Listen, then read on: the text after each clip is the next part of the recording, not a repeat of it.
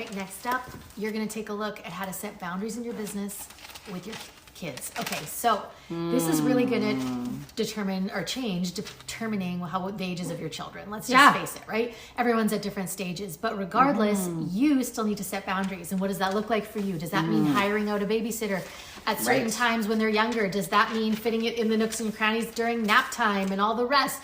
Does that mean what happens when they're older? Because they get needier. Believe me, we have teens. They're way needier. It's a whole different thing. They listened to my boundaries when I was little.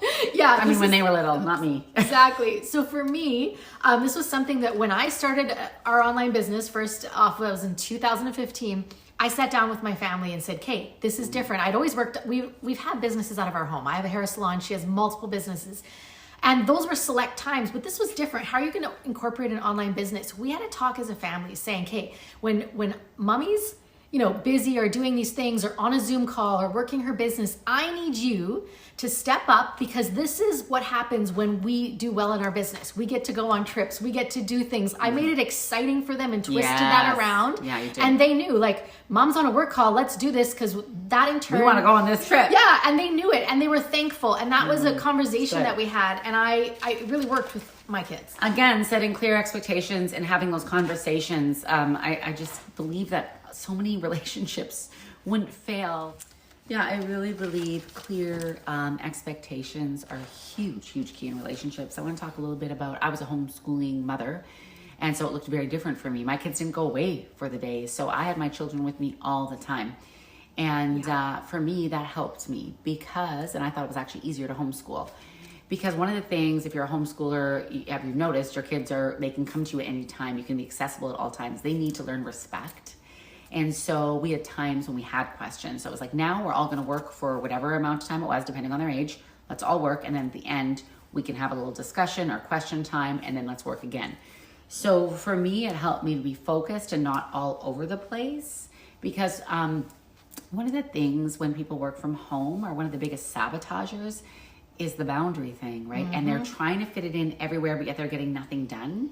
Yes. And it's proven when you take smaller chunks, that depends on you how small those chunks are, and really work full on, no disruptions, you're going to get more done than if you're just kind of minute here, second there, So I believe in that, and I do that actually with my school that I run, where I teach as well. We do what are they called? Like just sessions, like power hour, or you'll hear these things, right? Where you're just full on in working, then you take a break. Exactly. I've seen moms who are just hardcore. The second that baby's down, they have like a half an hour. They're just in it.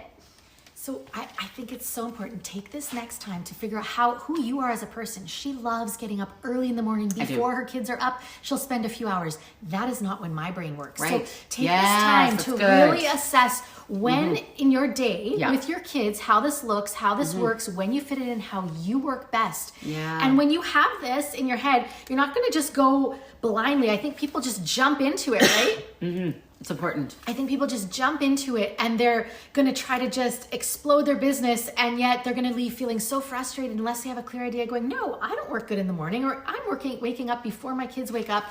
This is a huge chunk of time I can set.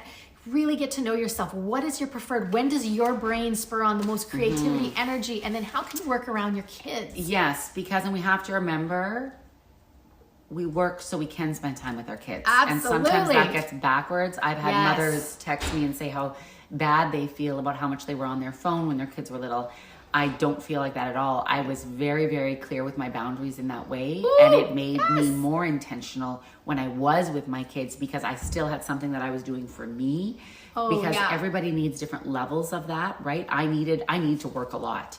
But if those boundaries weren't clear, then I'd feel like a failure all around. Exactly. Right? That is the key. And that's why this is such a, this is gold to me. If you can really, you're going to feel like a failure if you're failing in any of these areas. This is the beauty of having your own business. You can customize your own hours, your own time. Yeah. And when you take this time, you're not going to feel like a failure in one of these areas. And your life can be balanced, just like you learned to do in the previous section. So I think this is just a big part.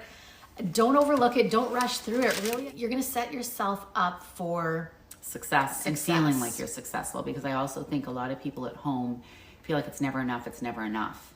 And that's part of it, not clear boundaries. When those boundaries are clear and you're like, I did it and I did it well, And then I just want to give a reminder to assess, like daily, weekly, monthly, whatever. I always do a quick assessment at the end of the day. What did I like? What am I proud of that I did? What is one thing I would change or do differently tomorrow? And then I go over my checklist. And that is up to you how you do that, where you do that.